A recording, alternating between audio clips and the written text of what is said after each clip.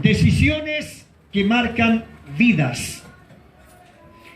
Hermanos, una decisión bien tomada puede ser una bendición tremenda para una nación, para una familia o para una persona en particular.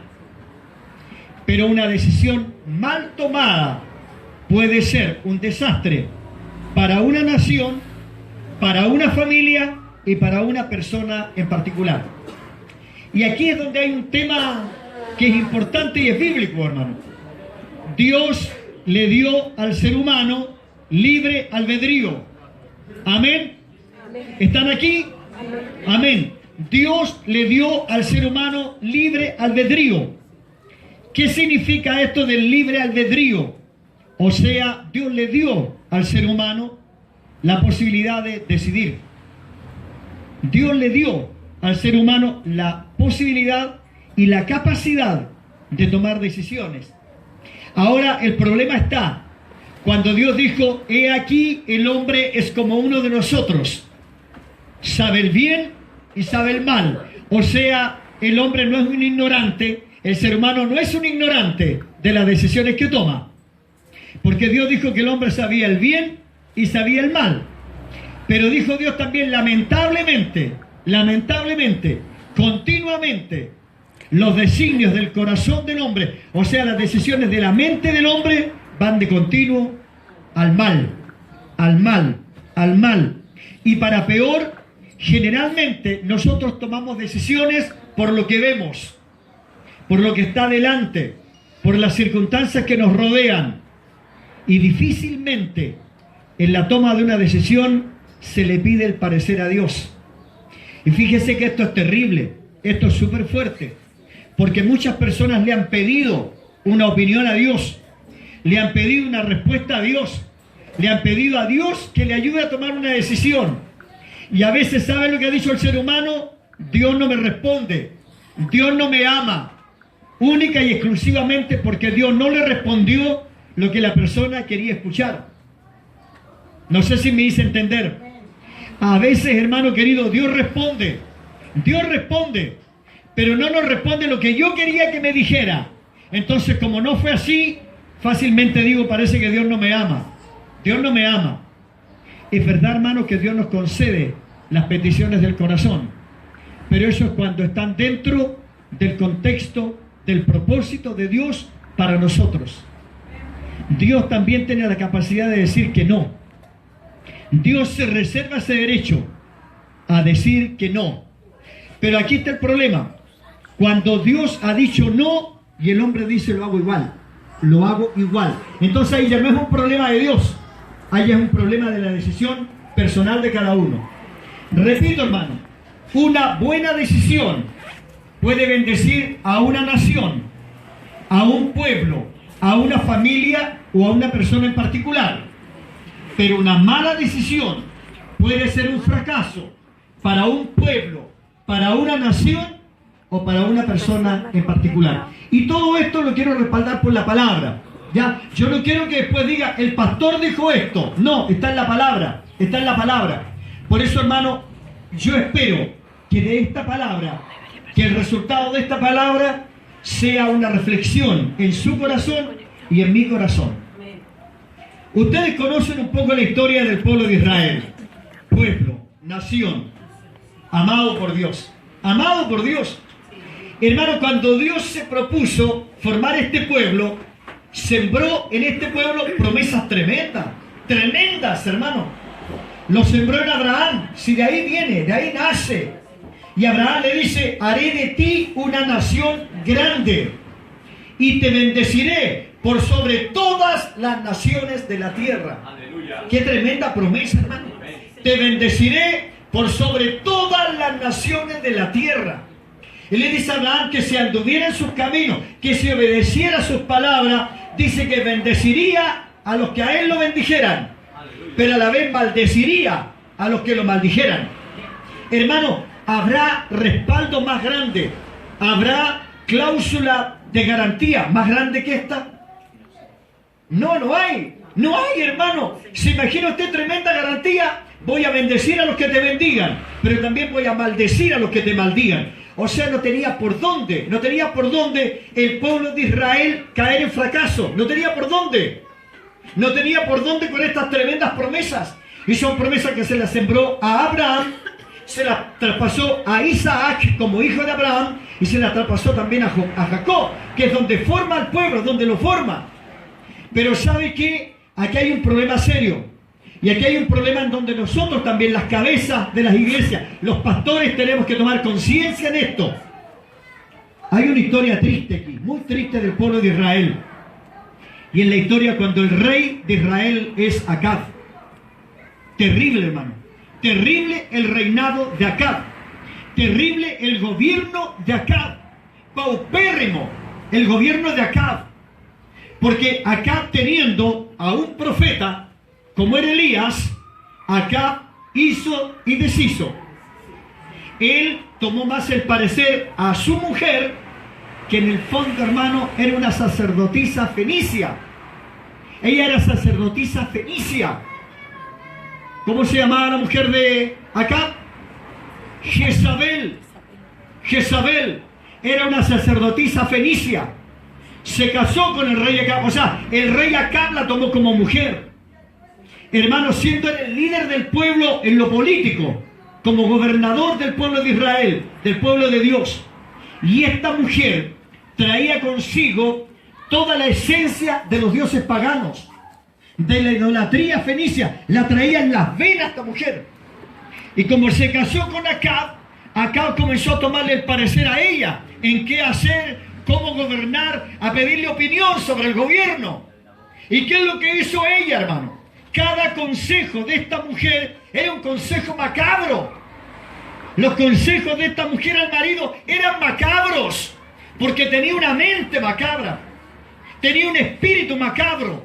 Si ella traía en sí la esencia de todo el paganismo y de los dioses que adoraban ellos. Y una de las cosas que la mujer hizo fue pedirle a Acab la entrada dentro del territorio del pueblo de Dios, hermano, la entrada a dos de los dioses paganos que ellos adoraban en Fenicia. ¿Se acuerdan, no? Hermano, el dios Baal y la diosa Asera. Y comenzaron a levantar altares a estos ídolos dentro del pueblo de Dios. Y esto comenzó a ahogar el culto a Jehová. Comenzó a apagar el fuego de Jehová. Comenzó a esclavizar al pueblo, porque el rey había aceptado la entrada de los dioses paganos en el territorio. Hermano, y llegó una instancia en que esto ya subió a la presencia de Dios, y fue tanto lo que a Dios le dolió lo que estaba pasando, que tomó a Elías y lo mandó donde Acab. Y la palabra que lleva Elías, hermano querido, no es una palabra fácil, no es una palabra simple, no es una palabra que va a alegrar al rey o va a alegrar al pueblo. Es una palabra, hermano, fuerte de parte de Dios. Y Elías llega donde Acab y le dice: escucha esto, Acab, escucha esto. No habrá lluvia, ni vendrá rocío sobre la tierra de Israel durante 3 años, sino por la palabra de mi boca. Hermanos, ¿se imagina usted lo que significa esto? No habrá lluvia ni rocío sobre la tierra durante 3 años. Durante 3 años. Sino por la palabra de mi boca. Ahora, ¿por qué estaba pasando esto? Por causa de la mala administración, por causa del mal gobierno, por causa de que quien lideraba al pueblo en lo político le abrió las puertas al paganismo, a la idolatría y a la adoración y a los cultos de los dioses ajenos al pueblo de Israel. Hermanos, dije al principio del mensaje, hay decisiones que pueden bendecir a un pueblo, pero hay decisiones que pueden traer una catástrofe terrible a un pueblo. 3 años de sequía. ¿Usted se puede imaginar lo que puede ocurrir con 3 años de sequía? Con 3 años de sequía se pierde toda productividad agrícola, Se pierde toda productividad agrícola con 3 años de sequía. Con 3 años de sequía, hermano, se comienzan a morir todos los animales porque no tienen forraje ni tienen agua.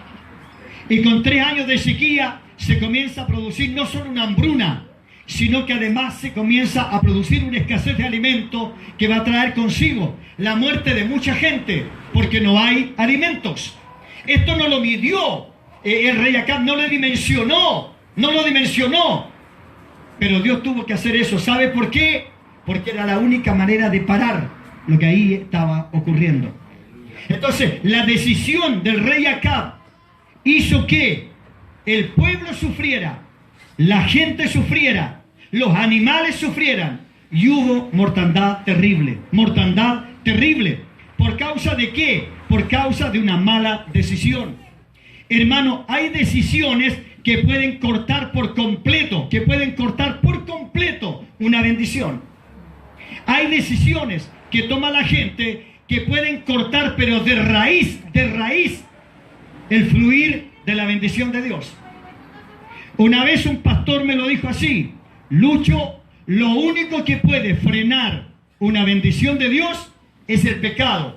¿Está escuchando, cierto? Amén. Lo único que puede frenar una bendición de Dios es el pecado. ¿Qué fue lo que entró en el pueblo de Israel? El pecado. El pecado de la idolatría, que es una de las cosas más terribles y que hacen herir a Dios. Y ese pecado trajo consigo 3 años de sequía, mortandad, hambre y que se perdiera todo tipo de alimentos. Pero atención a esto: siempre Dios se guarda algo. Aleluya. Siempre Dios se guarda algo. Amén. Siempre Dios tiene para los fieles. Siempre Dios tiene para los que no se venden. Siempre Dios tiene para los que son leales, para los que guardan la palabra y para los que temen a Dios. Dios se reserva algo. Para Elías esto era terrible tener que hablar de esta manera, porque él también estaba en el pueblo.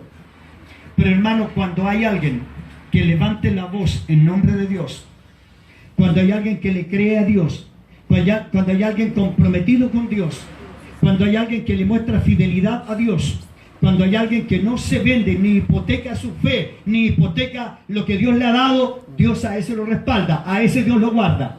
En medio de toda esta sequía, en medio de todo este desastre, de esta catástrofe natural, Dios tenía para el hombre que habló, para su profeta, para el hombre que se prestó en las manos de Dios, Él tenía cuidado especial. Cuidado especial. En la cueva donde lo guardó, ahí había un arroyito. Gloria a Dios. Enviaba a un cuervo que le llevara alimentos. Amén. Y ahí lo cuidó. Y cuando cesó el agua del arroyo, Dios lo sacó de ahí y lo llevó a otro lugar, a Sarepta, en plena sequía, en plena hambruna. Pero esa mujer, que era viuda y era pobre, era previsora. Gloria a Dios. Escucha esta palabra. Era previsora, era prudente. Aún así tenía una vasija con agua, tenía un poquito de harina y un poquito de aceite. ¿Para qué? Para poder pasar aquel periodo con toda seguridad. Era una mujer fiel a Dios, era una mujer que amaba a Dios y era una mujer sobre quien Dios tenía un cuidado especial también. Y esta mujer fue la que hospedó al profeta en su hogar. Y ahí se provocó un milagro tremendo de Dios, porque con solo el puñado de harina, el pichintún de aceite, la vasija de agua, Dios los sustentó a los tres, a la viuda, al hijo y al profeta, hasta que volvió a llover sobre Israel, Gloria al Señor.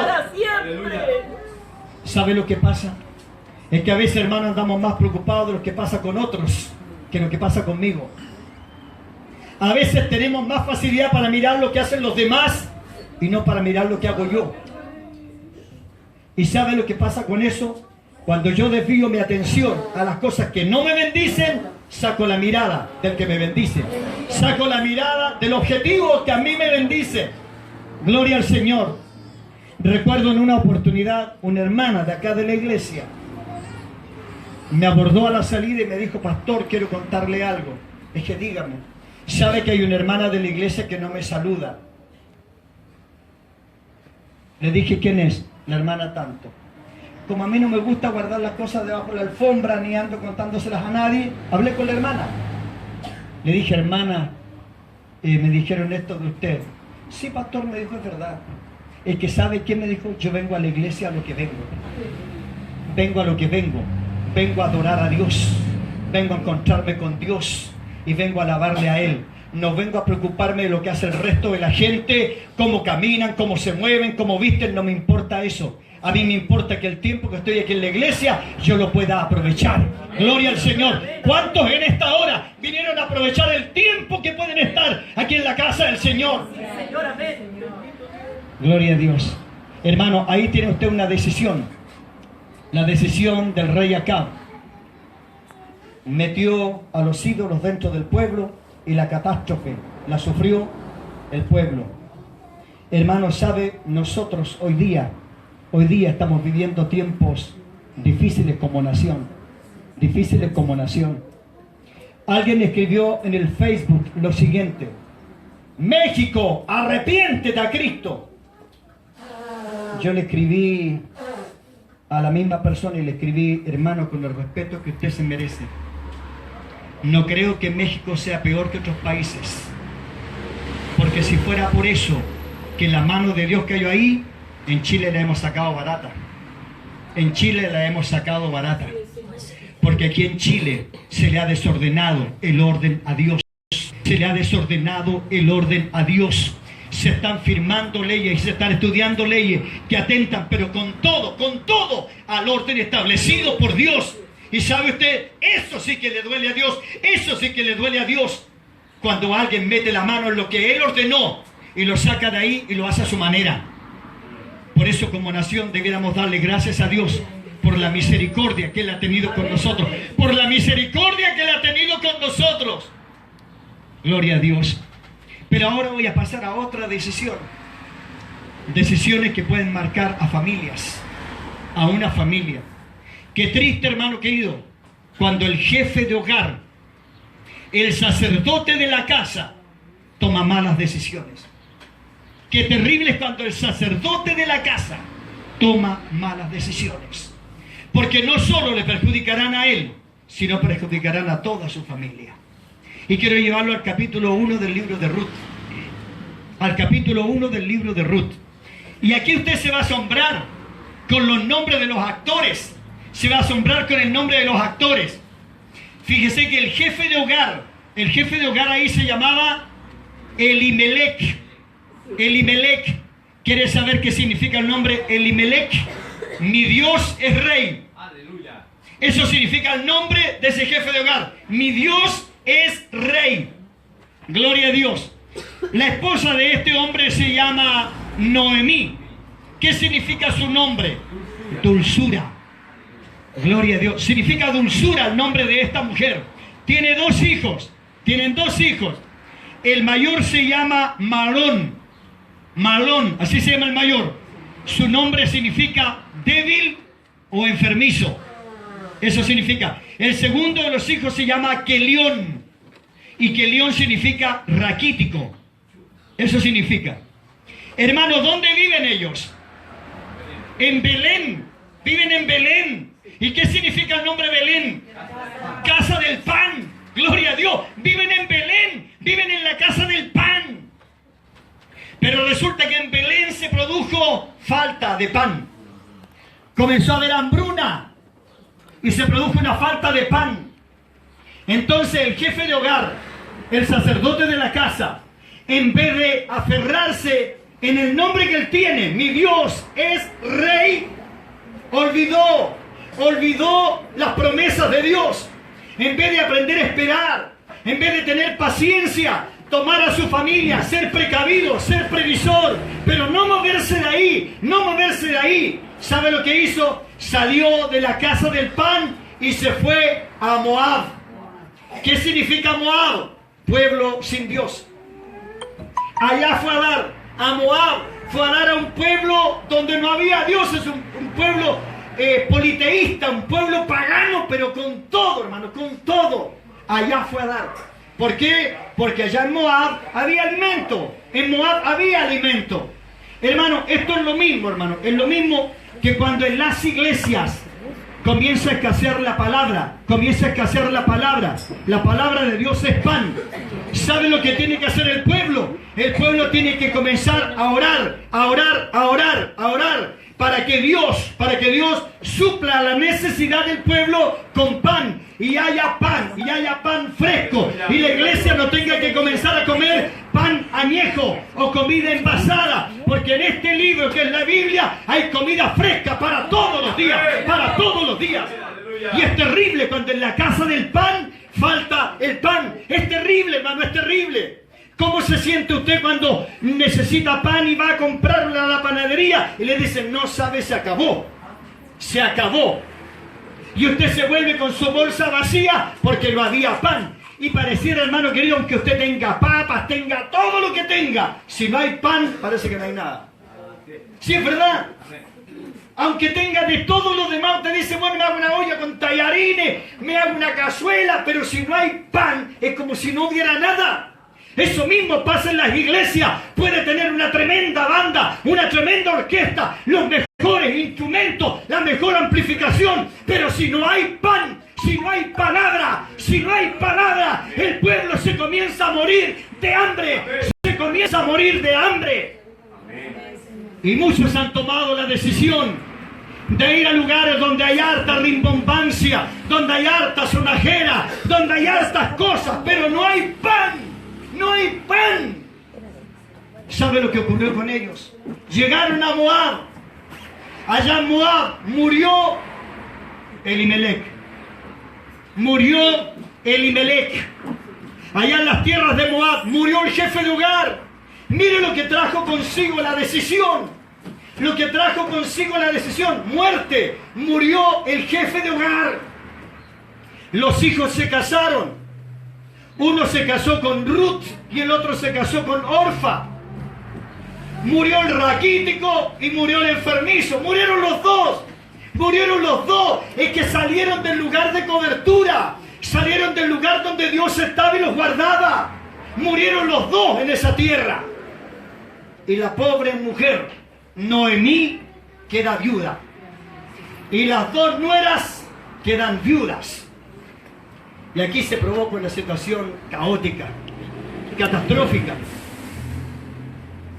Usted sabe, hermano querido, que una de las cosas que prohíbe que mucha gente vuelva a las iglesias de donde se fueron es la vergüenza.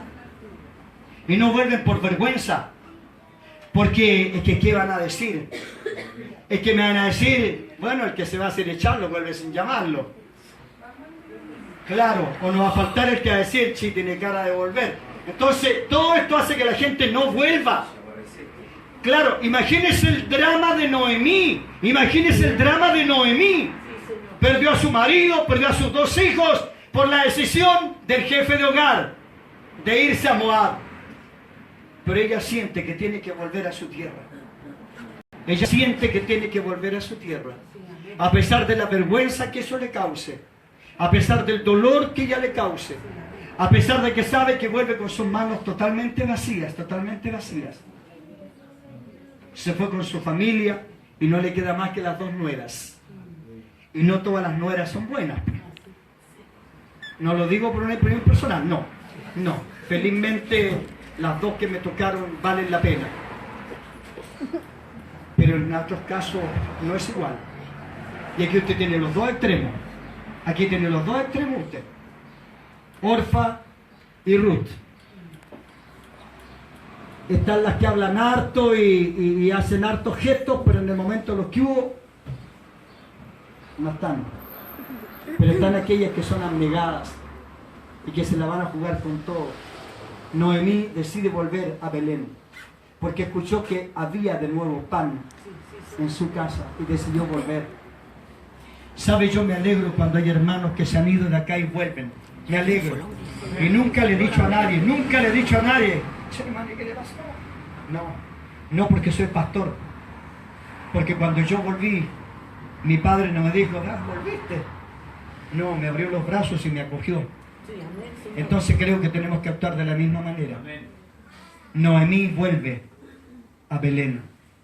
Pero por el camino ocurre un episodio tremendamente impactante. Yo digo, esta historia es maravillosa. Amén. Ella le dice a sus dos nueras, ¿y para qué van a ir conmigo? Yo soy una mujer vieja que ya no volveré a tener hijos. ¿Qué les puedo dar? Sí, amén. Soy pobre, viuda, y a esta edad ya no les puedo dar hijos. ¿Para qué van a ir conmigo? Y en primera instancia decidieron ir con ella. Pero por el camino, ella volvió a decirles, hijas mías, mire el término que usaba, hijas mías, no vayan conmigo, no tengo nada que ofrecerles, no tengo nada que darles. Y dice que Orfa la abrazó, la besó y se devolvió. Y se devolvió. Escúcheme, un abrazo y un beso no significan nada. No significan nada. Un abrazo y un beso no garantiza nada. Y ojalá lo guarde. Un abrazo y un beso no garantiza fidelidad. No garantiza un amor incondicional. Orfa la abrazó, la besó, a lo mejor hasta lloró con ella, pero se devolvió. Y entonces le queda solo Ruth. Pero el nombre Ruth es tan impactante. ¿Usted sabe qué significa el nombre Ruth? Compañera fiel. Eso significa el nombre Ruth, compañera fiel. Dice que le dijo a Ruth, ¿por qué no te devuelves? Y ella le dice, no. Donde tú vayas, yo iré contigo. Donde tú vayas, yo iré contigo. Eso se llama fidelidad. Porque Ruth sabe que Noemí no le puede dar nada. Ruth sabe que Noemí no le puede dar nada. Pero en cambio le dice, donde tú vayas, yo voy contigo. Tu pueblo será mi pueblo. Ella es moabita, pero ella está asumiendo algo. Ella es capaz de cambiar todo con tal de no dejar sola a esa mujer.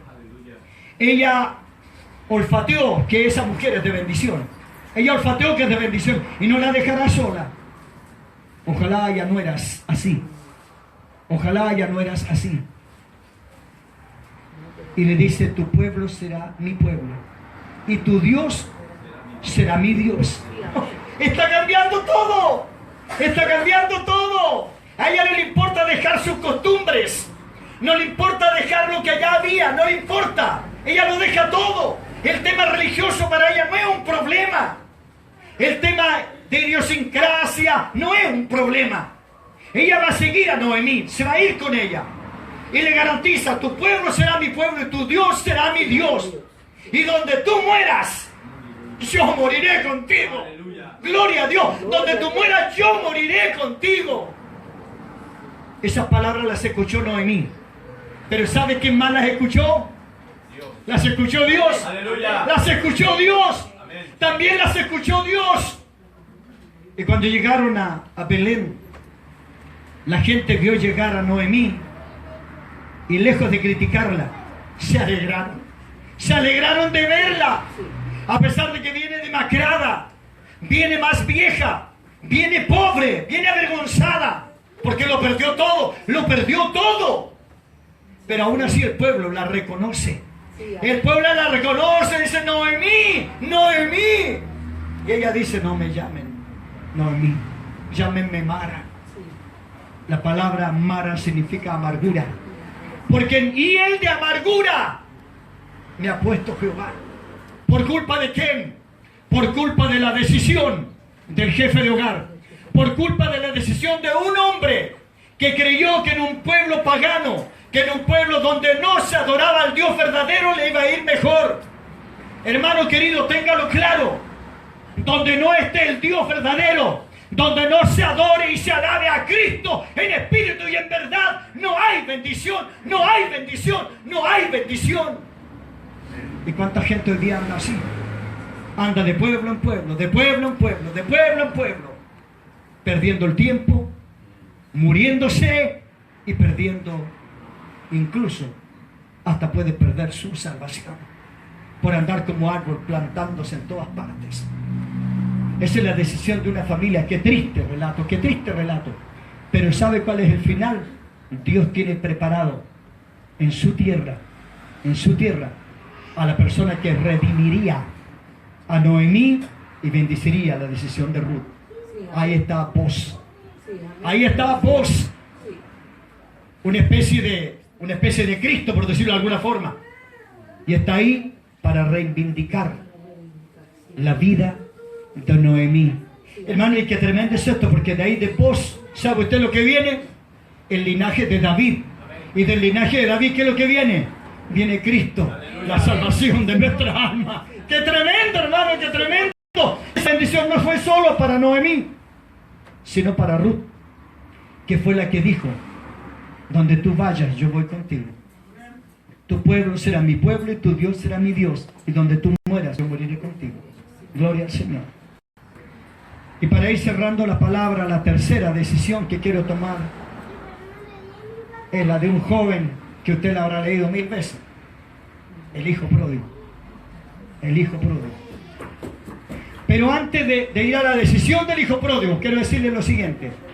¿En qué escenario vivía el hijo pródigo? Lo tenía todo. Escúcheme, lo tenía todo. Lo tenía todo.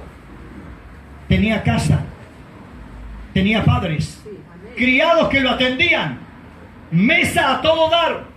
Lo más probable es que su recámara fuera todo un lujo, Pero él decidió vivir su vida. Él decidió vivir su vida. ¿Se imagina usted? La decisión de este joven habrá sido una espada que traspasó el corazón de su padre.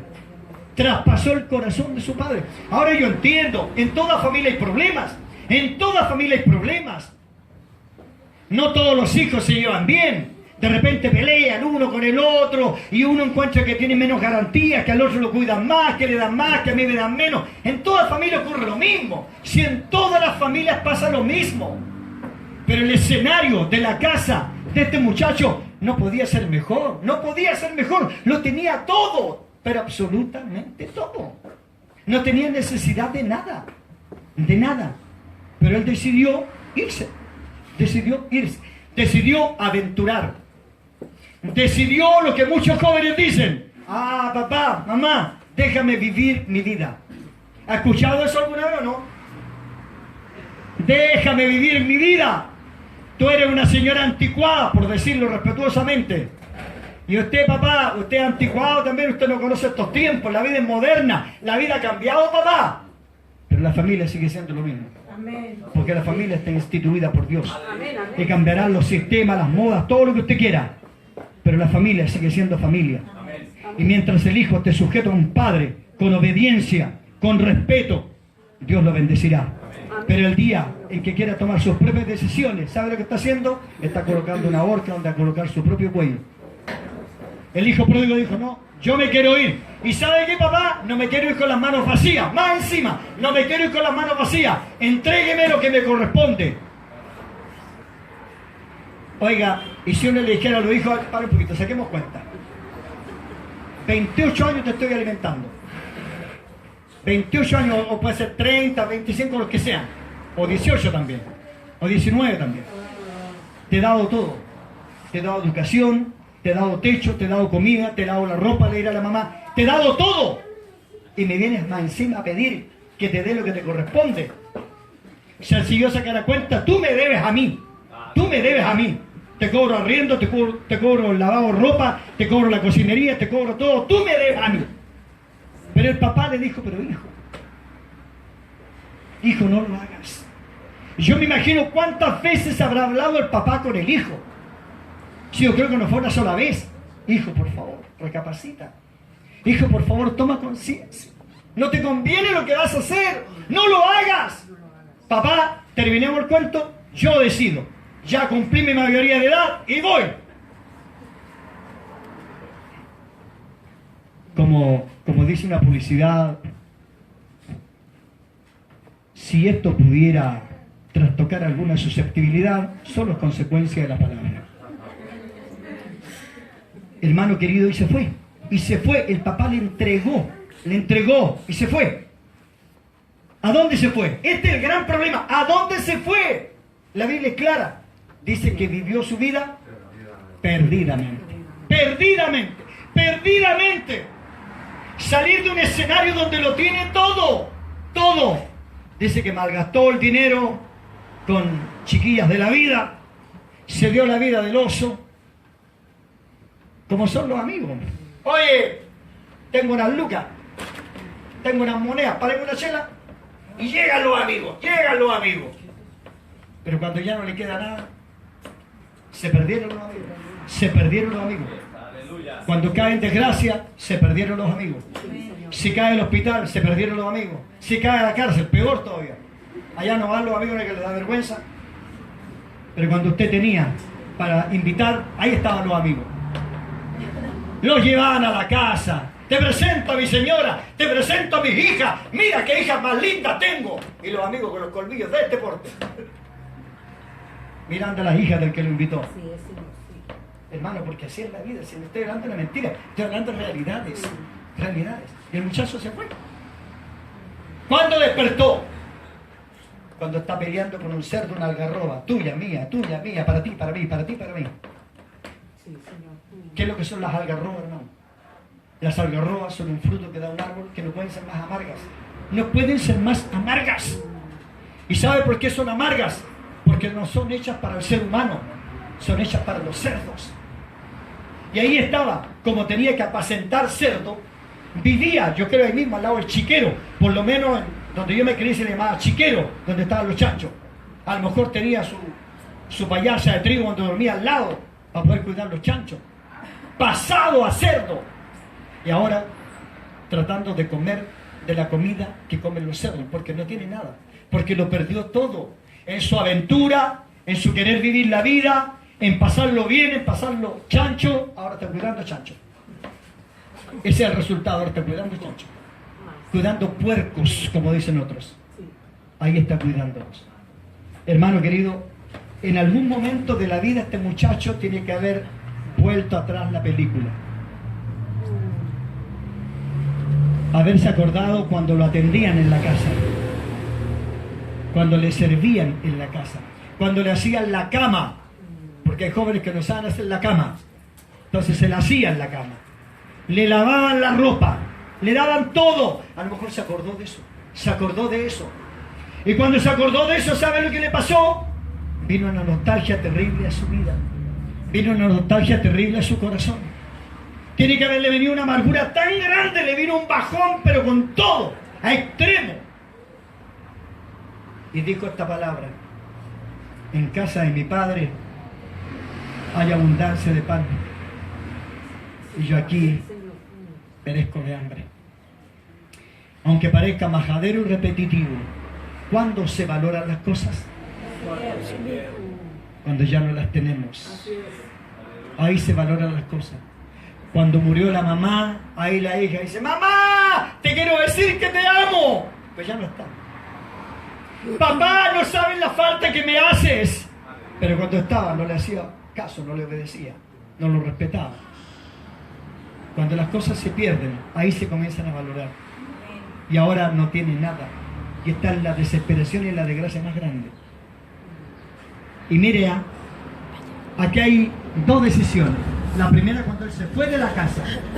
Pero que hay otra decisión, que es la que le cuesta romper a mucha gente. Que le cuesta romper a mucha gente. Volver a la casa. Volver a la casa. Volver a la casa. Es difícil. Es difícil cuando se ha perdido todo. Es difícil cuando se sufre una vergüenza. Es difícil cuando se viene decepcionado. Volver a la casa. ¿Y qué van a decir? ¿Cómo me van a tratar? Pero él se aferró en esto. En la casa de mi padre hay abundancia de pan, y yo aquí perezco de hambre. Y entonces, en medio de ese dolor, él dice: me levantaré, me levantaré. Ese levantaré, ¿sabe lo que dice? Me voy a poner en pie y voy a tomar una decisión. Esto no puede seguir así. Esta vida, es verdad, como dijo mi papá, no me conviene. Es verdad lo que decía mi madre: hija, te va a traer problemas. me trajo problemas. Me está trayendo problemas. Pero haré una cosa. Me voy a ir a la casa. Y le voy a decir a mi papá que no soy digno que me diga hijo. ¿Se imagina hasta qué extremo, hermano? ¿Hasta qué extremo? Que no soy digno de que me diga hijo. Por último, sé que el jornalero más bajo en la casa de mi papá vive mejor que como estoy viviendo yo aquí. ¿Se imagina, hermano, cuando hay que tomar esas decisiones y pensar en eso? Aún el jornalero más bajo en la casa de mi papá vive mejor que como estoy yo aquí, y yo soy el hijo de él. Me voy a ir, hermano querido, y se fue. Y se fue a la casa de su papá. ¿Vendría igual de como se fue? No, porque cuando se fue, lo más probable es que se fue con la mejor percha que tenía, la mejor pinta que tenía, para que los amigos se dieran cuenta que no era cualquier piojo, que no era un chinche. Se fue elegante, se fue bonito, y se fue con platita también. ¿Cómo viene ahora? Seguramente viene harapiento, hediondo a cerdos, hediondo a decepción, hediondo a fracaso, hediondo a todo. Quizás cuánto tiempo no se baña. Tal vez viene barbón, irreconocible. A lo mejor mientras venía de camino, personas pasaron por el lado de él. No lo reconocieron. Porque el único que reconoce, a pesar de todo lo que haya pasado y como estemos, el único que nos reconoce es papá. Es papá.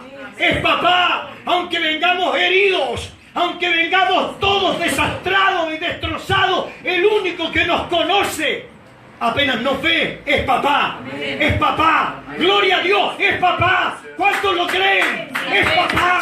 El único que nos reconoce, a pesar de todo lo que nos haya pasado, es papá. Y el papá está ahí en el camino, porque el papá no es igual que otros papás que dijeron, ya, que se vaya, que le pase todo lo que quiera, ojalá se muera por donde va. No, este papá lo dejó ir, pero todos los días salía al camino. ¿Sabe qué? Vendrá mi hijo. Caía la noche y el pobre hombre se iba a dormir, y al otro día ahí estaba de nuevo. Vendrá mi hijo. Hoy llegará mi hijo. Porque ¿quién no quiere? ¿Qué papá no quiere que su hijo vuelva? ¿Qué papá no quiere que su hija vuelva? No importa cómo venga, pero es mi hija, es mi hijo. Hermano, y de repente ve una figura harapienta que viene allá a lo lejos. Y el papá dice, ese es mi hijo. Ese es mi hijo. A lo mejor todo el vecindario y la gente del pueblo no lo va a reconocer. Pero yo no lo reconozco por lo que veo, sino por lo que siento aquí. ¡Aleluya! Por lo que siento aquí. Ese es mi hijo. Mi corazón palpitó más rápido. Mi corazón se agita. Ese es mi hijo. Ese es mi hijo. Y antes que el hijo corriera, él corrió donde el hijo. Él corrió donde el hijo. Hermano, le dice algo esto. Le dice algo esto. ¿Usted cree que cuando llegamos aquí a la iglesia el Señor no nos ve como venimos? ¿Y sabe lo que dice el Señor? ¡Ay, llegó mi hija! ¡Ay, viene mi hijo! Aunque trata de disfrazarse un poco, se echó briquet para que no se le note, pero es mi hijo. Es mi hija. Es mi hija. Y se vista como se viste, y aunque se coloque un antifaz, un disfraz, yo sé que es mi hijo. Es mi hija. ¿Y cómo lo hace el Señor? Dice que abre los brazos para recibirnos. Así lo hizo el Señor. Abrió los brazos para recibir al hijo que venía. Y seguramente el hijo le dijo el discurso, papá, no soy digno de que me llames hijo. Pero ¿sabe lo que hizo el papá? El papá llamó a los criados. ¡Ey, vengan! Maten el animal más gordo y hagan un asado grande. Hagamos una fiesta grande. Porque mi hijo estaba perdido, pero lo he recuperado. Estaba muerto, pero ha vivido. Es mi hijo. Prepara preparen una fiesta y traigan ropa limpia, ropa nueva, no ropa usada, ropa nueva, y pónganle ropa nueva y pónganle calzado a sus pies y háganle sentir que es mi hijo. Séllenlo, pónganle un anillo y séllenlo porque es mi hijo. Gloria a Dios. Decisiones que marcan vidas. ¿Cuántas naciones hoy día están sufriendo hambre, pestilencias, azotes de la naturaleza, mil cosas, por haberle vuelto la espalda a Dios, por haber dejado entrar dentro de sus leyes cosas que atentan contra Dios, y han sacado los altares de Dios y han puesto altares paganos, altares idólatras? ¿Sabe quién sufre con eso? Sufren niños que no tienen culpa, sufren personas inocentes que no tienen culpa de esto, pero lamentablemente esa es la decisión que han tomado gobiernos en el mundo, de volverle la espalda a Dios, y producto de ello vivir todo un desastre natural dentro de sus países. ¿Cuántas familias están sufriendo eso hoy día?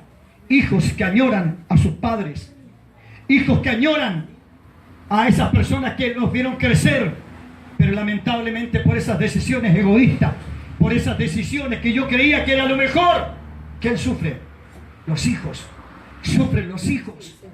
Y los hijos se preguntarán, ¿sabe por qué? Disculpe el término que voy a usar, discúlpeme el término, porque a veces nosotros, los tontos grandes, no nos ponemos de acuerdo, no sabemos tomar decisiones afortunadas, decisiones inteligentes, decisiones sabias, y producto de eso el sufrimiento cae en los niños, cae en los hijos. ¿Y sabe qué hijos estamos criando así? Hijos amargados, hijos frustrados, hijos decepcionados, hijos que en cualquier momento van a culpar a este o al otro. Y si no, pregúntemelo a mí, pregúntemelo a mí, pregúntemelo a mí. ¿Qué pensaba yo a los 15 o 16 años? Por culpa de mi papá, por culpa de mi mamá, yo paso hambre. Por culpa de mi papá y de mi mamá, cualquiera me pega un coscorrón en la cabeza, cualquiera me avergüenza, cualquiera me pasa a llevar. Qué distinto hubiera sido si tuviera a mis padres.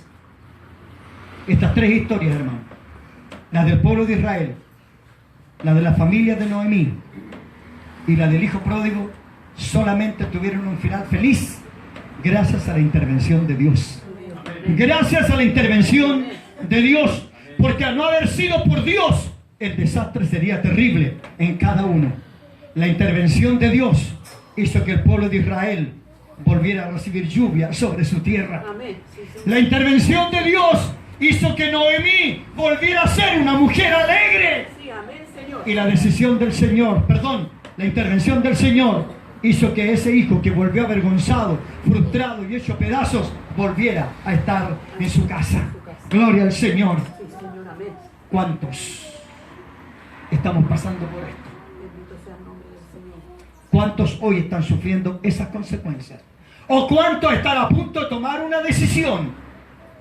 Y a pesar de que se lo han dicho una y otra vez, siguen entre ceja y ceja con la idea de decidir lo que ellos quieren hacer, sin medir las consecuencias que esto puede traer. Si hoy día usted está en esta sala, escúcheme lo que le voy a decir. Si usted está en esta sala ahora y quiere tomar una decisión, no la tome. Pídale confirmación a Dios primero. Pídale primero a Dios que le diga si es bueno o no es bueno lo que usted quiere decidir, lo que usted quiere tomar. Porque no te fíes en tu propia prudencia. No te fíes en tu propia prudencia. Considera a Dios en cada decisión y Él enderezará tus veredas.